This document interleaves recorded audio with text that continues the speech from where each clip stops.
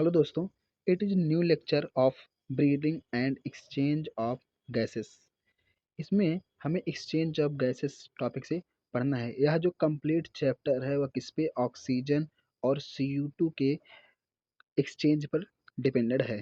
अगर हम देखें तो एल्ब्यूलाई are the primary site of exchange of gases. जो एल्ब्यूलाई होती है हमारे लंग्स के अंदर पाए जाने वाली जो एल्ब्यूलाई होती है वह एक प्राथमिक माने पहला वह स्थान है जहाँ से एक्सचेंज होता है। मतलब CO2 बाहर जा उसके अंदर से बाहर जाता है और ऑक्सीजन अंदर आता है।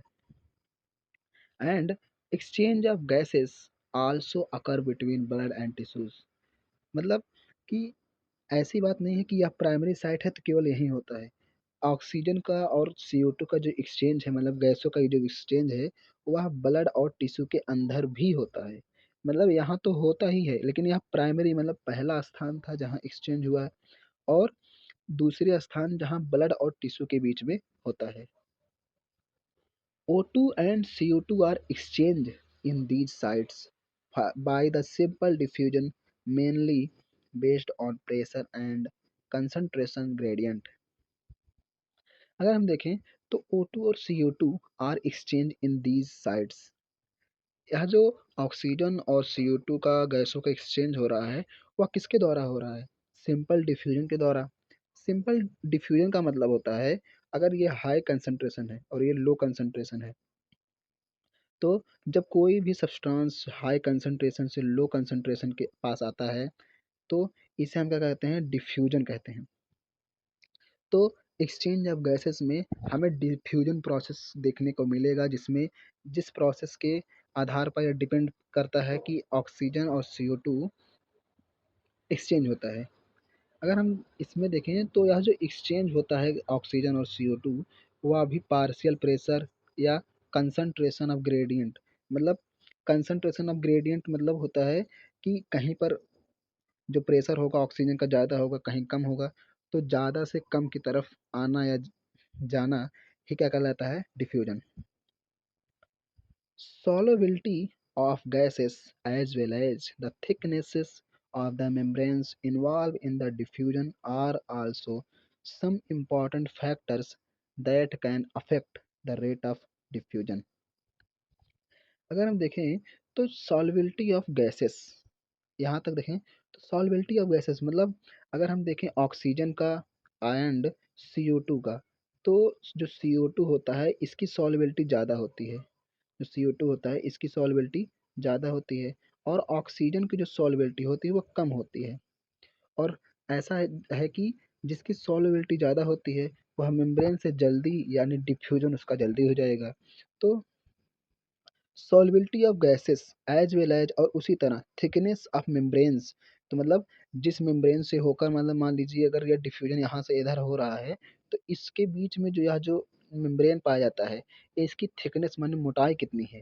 And involved in diffusion are also important factors. और कुछ इम्पॉर्टेंट फैक्टर्स हैं जो कि अफेक्ट करते हैं किसमें? डिफ्यूजन में। मतलब डिफ्यूजन तेज होगा या धीरे होगा या किस पे डिपेंड करता है? सॉल्युबिलिटी ऑफ गैसेस पर, थिकनेस पर मतलब जितना कितना मोटा है कितना पतला है और कुछ फैक्टर्स होते हैं जो डिफ्यूजन पर गैसों के एक्सचेंज पर क्या करते हैं? अफेक्ट करते हैं यानी प्रभाव डालते हैं। अगर हम आगे देखें तो pressure contributed by the individual gas in mixture of gases is called partial pressure and it and is represented as a PO2 for oxygen and PCO2 for carbon dioxide।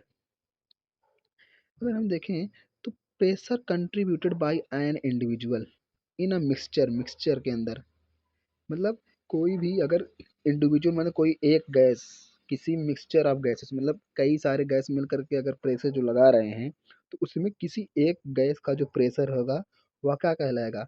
Partial pressure कहलाता है। And इसे represent करते हैं कैसे? PO2 लिखकर। और ये तो ऑक्सीजन के लिए है और CO2 लिखकर जो कि किसके लिए है? कार्बन डाइऑक्साइड के लिए। कोई भी अगर मान लीजिए यक्स गैस है तो उसके पार्शियल प्रेशर को क्या लिखेंगे? PX। मतलब कि पार्शियल प्रेशर पे डिपेंड करता है कि डिफ्यूजन होगा और कितना होगा कैसे होगा। तो अगर बहुत सारे गैस मिल करके जो प्रेशर लगाते हैं, तो हमें किसी इंडिविजुअल यानी एक केवल ऑक्सीजन और CO2 से मतलब है। हमें केवल ऑक्सीजन गैस और कार्बन डाइऑक्साइड गैस से मतलब है। तो इनके प्रेशर को हम क्या कहेंगे? पार्शियल प्रेशर, जिसे PCO2 या PO2 लिख के रिप्रेजेंट कर दिया जाता है। मतलब किसी भी गैस के आगे P लिख देने से वह क्या कहलाता है? Partial pressure. Present partial pressure of these two gases in atmospheric pressure, air and two sides of diffusion are given in the table. Partial pressure of these two gases and atmospheric pressure and अगर हम देखें तो partial pressure और इन दोनों गैसों का atmospheric pressure and the two sides of diffusion, और जब यह डिफ्यूजन होती है मतलब गैसें, अगर ऑक्सीजन और CO2 की बात करें तो उसकी पार्शियल प्रेशर कितना है और उसका एटमॉस्फेयर में उसका प्रेशर कितना है, जिसे हम एटमॉस्फेरिक प्रेशर कहते हैं, और डिफ्यूजन के समय कितना प्रेशर है, वह किस में दिया गया है? गिवन टेबल इन 14.1 में दिया गया है। इस टेबल में यह दिया गया है कि जो गैसेस हैं उसका पार्शियल प्रेशर कितना कब कहाँ है। अगर हम देखें तो O2 का पार्शियल प्रेशर एटमॉस्फेरिक प्रेशर मतलब एटमॉस्फेयर में 159 mmHg होता है, जो कि किस में दिया गया है? mmHg, मिलीमीटर मर्क्यूरी में। प्रेशर को अगर हम देखें तो किस में मापते हैं? mmHg में। एंड एल्ब्यूलाई में ऑक्सीजन का जो प्रेशर है वो कितना है? 104 mmHg। And blood, deoxygenated blood मतलब ऐसा जिसमें डी मतलब कार्बन डाइऑक्साइड से रिलेटेड ब्लड बहता है, उसमें ऑक्सीजन का पार्शियल प्रेशर कितना होगा? 40 mmHg। And oxygenated blood 95। And tissue में देखें तो ऑक्सीजन का जो पार्शियल प्रेशर होगा वह कितना होगा? 40। एंड CO2 की बात की जाए तो एटमॉस्फेरिक प्रेशर 0.3 होती है, एल्वियोलाई कितना होता है? 40। एंड ब्लड, जहाँ डीऑक्सीजनेटेड ब्लड की बात की जाए तो 45, मतलब ऑक्सीजनेटेड से ज़्यादा होती है। और ब्लड में देखें तो ऑक्सीजन से कम होता है 40। एंड CO2 का पार्शियल प्रेशर टिश्यू में कितना होता है? 45। अगर हम आगे देखें तो एंड इन फिगर 14.3, मतलब टेबल में तो दिखाया ही गया है प्लस फिगर में भी दिखाया गया है, जो कि आगे दिया गया है। The data given in the table clearly indicates a concentration gradient for oxygen from alveoli to blood and blood to tissue. The in the data given table clearly indicates, मतलब यह जो टेबल है वह इंडिकेट्स माने इशारा कर रहा है या संकेत दे रहा है अ कंसंट्रेशन ग्रेडियंट, एक कंसंट्रेशन ग्रेडियंट की ऑक्सीजन की from alveoli to blood and blood to tissue. Concentration gradient का मतलब, अगर हम ग्रेडियंट का मतलब देखें तो ऐसा कि एक स्थान पे ज़्यादा और दूसरे स्थान पे क्या होगा? कम होगा। और आपको पता है कि डिफ्यूजन का मतलब क्या होता है? हाई कंसंट्रेशन से लो कंसंट्रेशन की तरफ जाना ही प्रोसेस क्या कहलाता है? डिफ्यूजन। तो अगर ग्रेडियंट नहीं होगा तो डिफ्यूजन नहीं होगा। तो ग्रेडियंट के लिए पार्शियल प्रेशर का कहीं ज़्यादा और कहीं कम होगा, तो कम से ज़्यादा की तरफ। तो हम देख सकते हैं कि ऑक्सीजन का जो पार्शियल प्रेशर है वह एटमॉस्फेयर में 159 mmHg है और एल्वियोलाई में 104। इसका मतलब यहाँ से इधर जाएगा एंड 104 से फिर 40, फिर 100, फिर अगर हम देखें तो यहाँ जो ब्लड में है एंड टिश्यू में, या ये दूसरे की तरफ है और या दूसरे साइड की तरफ होती है। मतलब जब निकलता है CO2 तब या हम इसको देखते हैं, या डीऑक्सीजनेटेड ब्लड में है। ऑक्सीजनेटेड ब्लड में कितना होता है? 95, 95 से 40। फिर लौटते समय अगर हम देखें, मतलब आते समय यहाँ से यहाँ, फिर यहाँ से यहाँ, फिर यहाँ से, और ऐसे लौटते समय हम देखते सकते हैं कि यहाँ ज़्यादा होता है और यहाँ कम हो जाता है डीऑक्सीजनेटेड ब्लड, जो कि अगर हम देखें एक तरफ बायां और दाएं तरफ यह दिया गया है, ये वाला प्रोसेस। अगर हम देखें सिमिलरली, उसी तरह उसी तरह a gradient is present in for CO2 in the opposite direction। मतलब अगर अगर मान लीजिए ऑक्सीजन का एक स्थान पे ज़्यादा है तो CO2 का उस स्थान में क्या होगा? कम होगा। क्योंकि ऑक्सीजन अगर आ रहा है तो इसे बाहर निकलना होगा। तो यहाँ दिया गया है कि अगर एक तरफ ग्रेडियंट ऑक्सीजन के लिए अलग है, तो दूसरी तरफ ग्रेडियंट जो है CO2 के लिए उसी का अपोजिट है। अगर हम फिगर में देख सकते हैं कि एटमॉस्फेरिक प्रेशर से अंदर आए एल्वियोलाई में ऑक्सीजन का अगर हम देखें तो कितना है 104 mmHg एंड CO2 का एल्वियोलाई में कितना है 40 mmHg। हम बता रहे थे कि जो यहाँ पर ऑक्सीजनेटेड ब्लड है एंड डीऑक्सीजनेटेड ब्लड है, तो लौटते समय इसका क्या हो जाता है ऑक्सीजन का डीऑक्सीजनेटेड ब्लड में 40 और आते समय कितना रहता है 95 mmHg, जो कि पीछे बताया गया कि लौटते समय यह 40 mmHg होता है। अगर हम आगे देखें तो from tissue to blood and blood to alveoli, जो CO2 का ग्रेडियंट होता है वह टिश्यू से ब्लड और ब्लड से एल्वियोलाई तक होता है।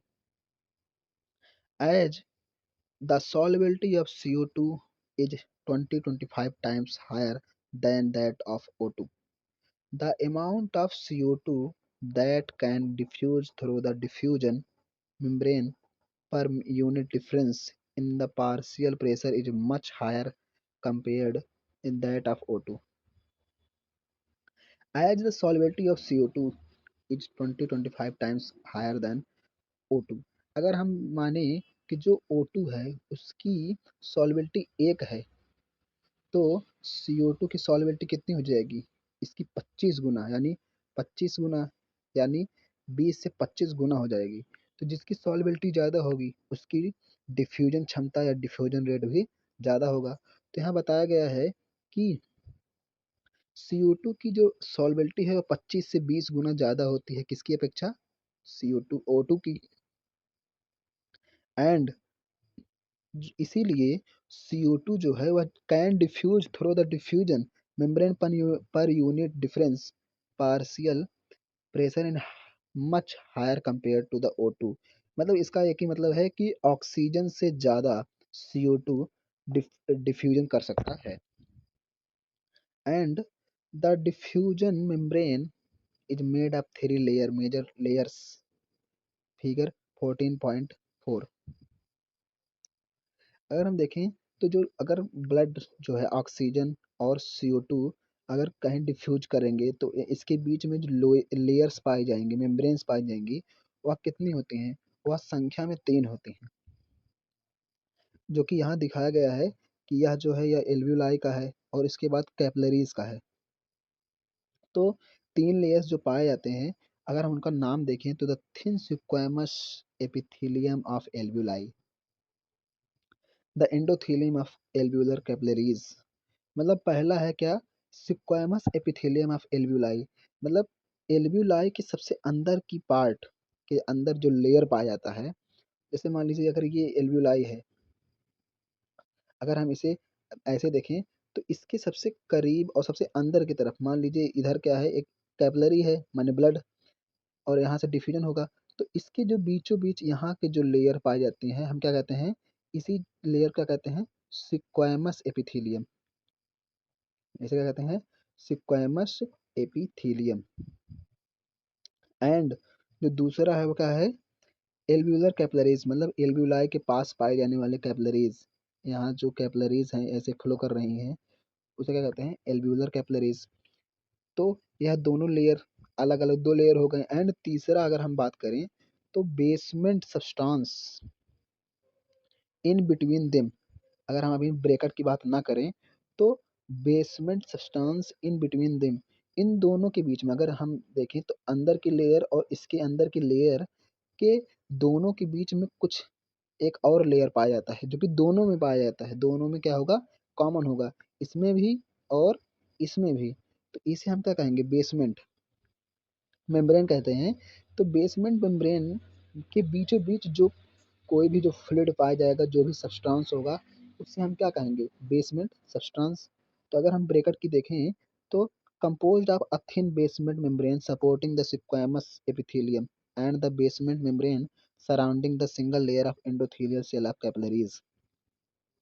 इसका मतलब होता है कि जो एक बेसमेंट है जो कि एल्वियोलाई से रिलेटेड है वह किस में मदद करेगा स्क्वैमस एपिथेलियम को सपोर्ट करने में, और जो दूसरा मेम्ब्रेन है, जो दूसरा बेसमेंट मेम्ब्रेन है जो कि कैपिलरी से रिलेटेड है, वह उसके लिए किसमें क्या करेगा, सपोर्ट करेगा। और इन दोनों के बीच में जो सब्सटेंस पाया जाता है उसे हम क्या कहते हैं, बेसमेंट सब्सटेंस। अगर हम देखें तो स्क्वैमस एपिथेलियम एल्वियोलर वॉल में पाया जाता है, एंड बेसमेंट सब्सटेंस मतलब दोनों के बेसमेंट के बीच में पाए जाने वाले सब्सटेंस को क्या कहेंगे, बेसमेंट सब्सटेंस।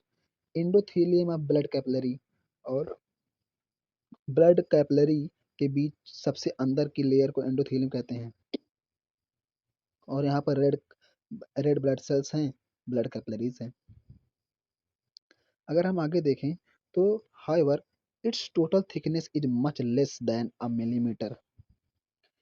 यहाँ 3 लेयर्स होने के बावजूद भी इसकी जो थिकनेस होती है, थिकनेस यानी अगर हम मोटाई की बात करें तो यह होते हुए भी कितना होता है, 1 मिलीमीटर से कम होता है। 1 मिलीमीटर से यह कम होता है। इतना 3 लेयर होने के बावजूद यह जो पाया जाता है थिकनेस, उसकी क्या होती है, 1 मिलीमीटर से कम होती है। और यह की देयरफॉर इसीलिए यह रीज़न है कि all factors in our body are favorable for the diffusion of O2 from alveoli to tissue and that of CO2 from tissue to alveoli। अगर हम देखें तो इतनी पतली लेयर होना एक फेवरेबल, एक अच्छा कंडीशन है कि O2 और CO2 का क्या हो सके, डिफ्यूजन हो सकता है। कहाँ से कहाँ तक, oxygen from alveoli to tissue, क्योंकि टिश्यू से क्या होगा, एनर्जी मिलेगी। ऑक्सीजन अगर हम देखें तो ऑक्सीजन की उपस्थिति में ग्लूकोज ब्रेक होकर के क्या होगा, एनर्जी मिलेगी। तो एल्वियोलाई से टिश्यू में आने के लिए डिफ्यूजन के लिए फेवरेबल है यह कंडीशन, 1 मिलीमीटर से कम थिकनेस। और CO2 के लिए टिश्यू से एल्वियोलाई मतलब बाहर जाने के लिए भी क्या है, एक अच्छा मेथड है। Transport of gases, transport of gases अगर हम देखें तो ऑक्सीजन और CO2 आएंगी कहाँ तक, टिश्यू तक, और CO2 जाते हैं कहाँ तक, एल्वियोलाई तक। तो इन्हें ले जाने और ऑक्सीजन को ले जाने के लिए कौन जिम्मेदार है, तो ट्रांसपोर्ट ऑफ गैसेस में देखेंगे कि ब्लड है जो वह ऑक्सीजन को ले जाता और CO2 को भी ले जाता और ले आता है। Blood is the medium of transport for O2 and CO2। Blood एक माध्यम है जो कि ऑक्सीजन को ले आता है बॉडी में और CO2 को बॉडी से बाहर ले जाता है। About 97% of O2 is transported by the RBC in the blood। मतलब about माने लगभग, about माने लगभग 97% of O2 is transported by RBC। मतलब अगर हम देखें, अगर मान लीजिए 100% ब्लड है, 100% ऑक्सीजन है, तो उसमें से 97% जो पार्ट होता है वह किसके द्वारा, आरबीसी द्वारा ले जाया जाता है। अब बचा कितना, 3%। तो 3% पार्ट जो है वह प्लाज्मा द्वारा लिया ले जाया जाता है, क्योंकि ब्लड में दो चीज पाई जाती हैं, क्या क्या, फॉर्म्ड एलिमेंट माने आरबीसीज एंड प्लाज्मा। तो 97% ऑक्सीजन को कौन ले जाता है, आरबीसी, और 3% को कौन ले जाता है, plasma. The remaining 3% of O2 is carried in the dissolved state through the plasma। यह बता ही दिया कि 3% जो बचा है 100 में से, वह कौन ले जाएगा, plasma. Nearly 20-25% of CO2 is transported by RBC, whereas जबकि 70% of it is carried by as a carbonate, about 70% carbonate and 7%, about 7% मतलब लगभग 7% of CO2 is carried in a dissolve state through the plasma. Oxygen का जैसे होता है उसी की same CO2 का भी क्या होगा, ट्रांसपोर्ट होगा। तो CO2 की बात की जाए तो 20 से 25% जो CO2 है वह RBC के साथ ऑक्सी हीमोग्लोबिन के रूप में जाता है, एंड 70% जो है वह कार्बोनेट के रूप में जाता है, एंड 7% जो होता है वह CO2 किसके रूप में जाता है, प्लाज्मा में घुल करके या डिजॉल्व होकर के। डिजॉल्व माने क्या होता है, घुल करके ट्रांसपोर्ट होता है। ट्रांसपोर्ट ऑफ ऑक्सीजन, ऑक्सीजन का ट्रांसपोर्टेशन कैसे होता है, कैसे ऑक्सीजन जाता है। अगर हम देखें तो haemoglobin is a red coloured iron containing pigment present in the RBC. जो हीमोग्लोबिन होता है वह एक red coloured iron containing pigment है इन द आरबीसी, आरबीसी में। मतलब हीमोग्लोबिन में red coloured iron containing pigment पाया जाता है। और आयरन मतलब इसमें फेरस माने Fe पाया जाता है। And O2 can bind, O2 can bind with haemoglobin in a reversible manner to form oxy haemoglobin. क्योंकि ट्रांसपोर्ट ऑफ O2 अगर हम पढ़ रहे हैं तो यह कंफर्म है कि ऑक्सीजन को किसी के साथ बाइंड करना होगा और उसे एक स्थान से दूसरे स्थान पे ट्रांसपोर्ट माने ले जाया जाएगा या ले आया जाएगा। तो वह अगर O2 जो है वह किससे, हीमोग्लोबिन से बाइंड होती है, हीमोग्लोबिन से बंध जाती है तभी तो एक स्थान से दूसरे स्थान पे ले जा सकता है। तो उसे हम क्या कहते हैं, ऑक्सी हीमोग्लोबिन कहते हैं। और यह जो प्रोसेस होती है यह रिवर्सिबल होती है। रिवर्सिबल प्रोसेस मतलब एक ऐसा प्रोसेस जो कि एक बार होने के बाद दोबारा जो प्रोडक्ट बनेगा फिर वह प्रोडक्ट कैसा काम करेगा, रिएक्टेंट की तरह। मतलब रिएक्शन एक बार होगा फिर आगे की तरफ अगर फर्दर मतलब अगर हम देखें तो अगर एक बार रिएक्शन इस तरफ हो रही है तो दूसरी बार रिएक्शन इस तरफ होगी। मतलब ऑक्सीजन से हीमोग्लोबिन मिल करके ऑक्सी हीमोग्लोबिन बनाता है और ऑक्सी हीमोग्लोबिन ब्रेक होकर के क्या बनाएगा, ऑक्सीजन प्लस हीमोग्लोबिन। यह कि लॉजिक की बात है कि ऑक्सीजन हमें टिश्यू तक पहुंचाना है, हीमोग्लोबिन नहीं पहुंचाना है, तो हीमोग्लोबिन आगे जा करके क्या हो जाएगा, अलग हो जाएगा किससे, ऑक्सीजन से। तो each haemoglobin molecule can carry a maximum 4 molecules of O2। जो हीमोग्लोबिन होता है उसकी जो मैक्सिमम क्षमता है, कैपेसिटी है, वह मैक्सिमम 4 ऑक्सीजन मॉलिक्यूल को ले जाया जा सकता है। Binding of oxygen with hemoglobin is primarily related to the partial pressure of O2। अगर हम देखें कि यह जो ऑक्सीजन से CO2 की बाइंड करने की जो क्षमता है माने कैपेसिटी, कितना, 4 तो मैक्सिमम वह ले जाया जा सकता है, लेकिन 1 भी ले जा सकता है, 2 भी, 3 भी, मैक्सिमम तो 4 है ही। तो 1 बांधेगा कि 2 बांधेगा, कितना बाइंड करेगा, वह ऑक्सीजन की पार्शियल प्रेशर पर, मतलब बाइंडिंग किस पे काम करेगा, ऑक्सीजन के पार्शियल प्रेशर पर डिपेंड करता है। अगर हम आगे देखें तो ox partial pressure of CO2, hemoglobin ion concentration and temperature are the other factor which can interfere with this binding। मतलब ऑक्सीजन और हीमोग्लोबिन बाइंड करने का उसकी जो क्षमता होती है, ऑक्सीजन कितनी बाइंड कर सकती है, वह ऑक्सीजन के पार्शियल प्रेशर पर तो डिपेंड करती ही है।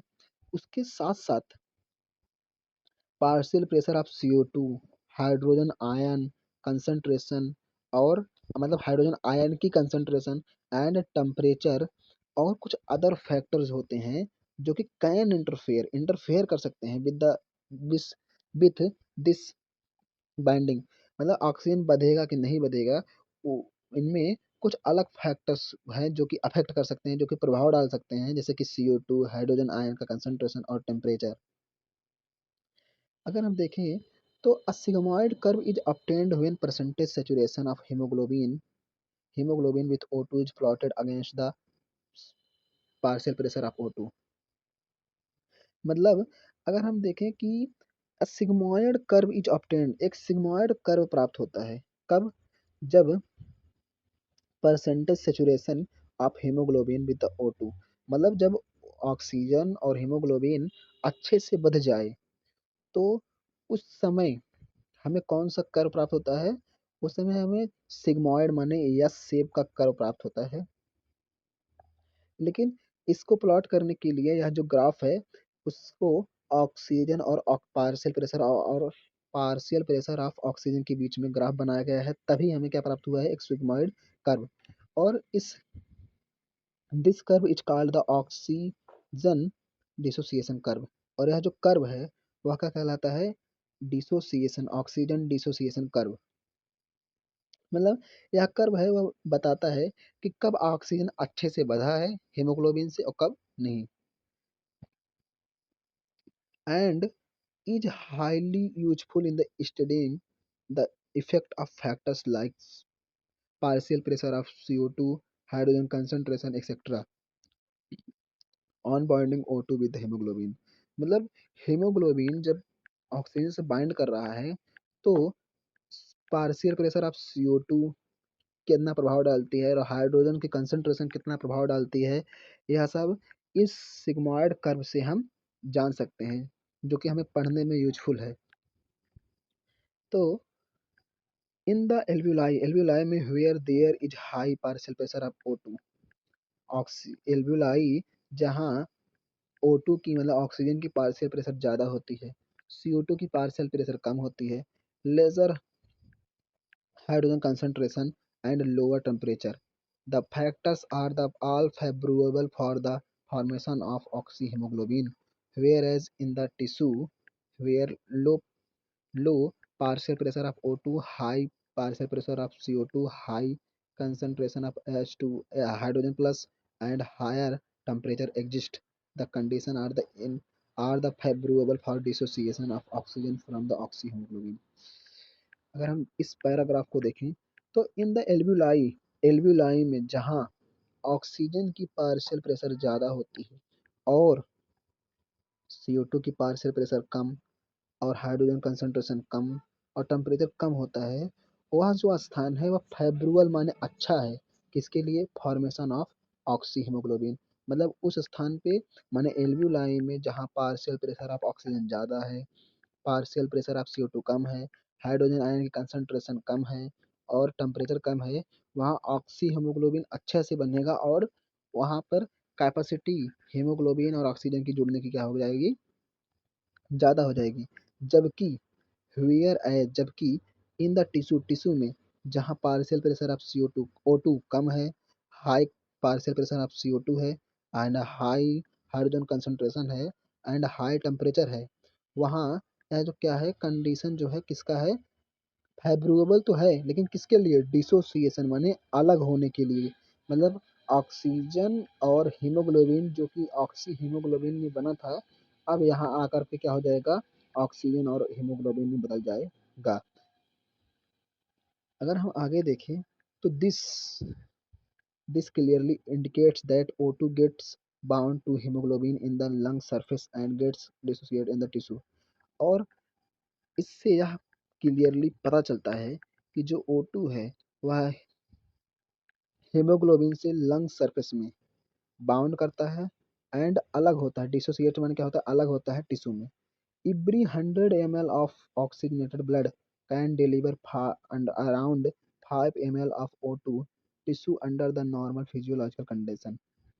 मतलब जब एक फिजियोलॉजिकल कंडीशन नॉर्मल हो, मतलब हम एक्सरसाइज ना कर रहे हो, जब ऑक्सीजन की ज़्यादा डिमांड ना हो, तो 100 ml ऑक्सीजनेटेड ब्लड केवल 5 ml ऑक्सीजन को ही डिलीवर माने ले जा सकता है। लेकिन जब हम एक्सरसाइज करते हैं तो उस स्थान पे 100 ml जो ब्लड होता है वह 15 ml ऑक्सीजन को ले जाता है।